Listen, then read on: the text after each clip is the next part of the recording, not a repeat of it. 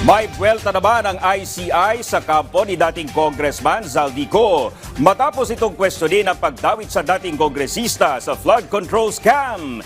Yan ang ulat ni Harley Valbuena.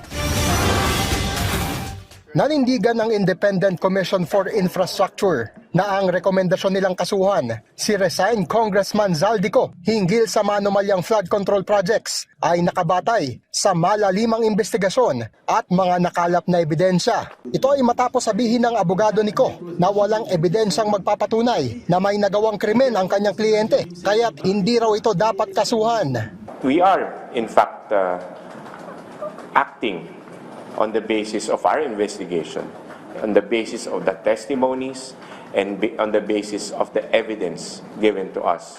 Sa interim report na isinumite ng ICI sa Ombudsman, nakasaad na humihingi umano si Ko ng porsyento sa bawat flood control project na kanyang ipinapasok sa national budget at ang pera ay ibinabagsak umano sa parking lot ng isang high-end hotel sa Taguig City kung saan umano may pag-aaring penthouse si Ko at sa kanyang mansyon sa Pasig City. Samantala, nanindigan ng abogado ni Ko na ang ghost projects ay hindi congressional insertions kundi parte ng National Expenditure Program na inihanda ng Executive Department. Pero ayon kay Budget Secretary Amenah Pangandaman, ang nilalaman ng NEP ay nakadepende sa proposals ng kaukulang mga ahensya. Kaya't mas mainam umanong tanungin na lamang ang Department of Public Works and Highways hinggil sa ghost projects. Sinabi rin ng abogado ni Ko na may natatanggap na pagbabanta sa buhay ang kanyang kliyente, kaya't hindi ito makauwi ng bansa at nanindigan ito na walang pag-aaring eroplano o chopper si Ko dahil ang mga kinekwestong air assets ay pagmamayari umano ng kumpanyang Misibis Aviation. Pero ayon sa ICI, natural na ang mga ganitong pahayag bilang depensa ng isang abogado sa kanyang kliyente. Samantala, inanunsyo rin ng ICI na alinsunod sa utos ni Pangulong Ferdinand R. Marcos Jr.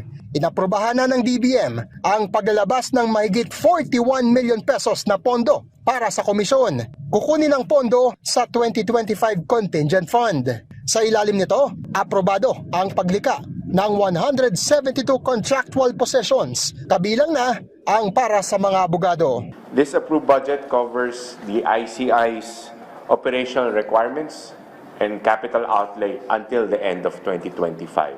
These approvals will definitely enable the Commission to now efficiently and effectively carry out its core mandate and functions under Executive Order 94.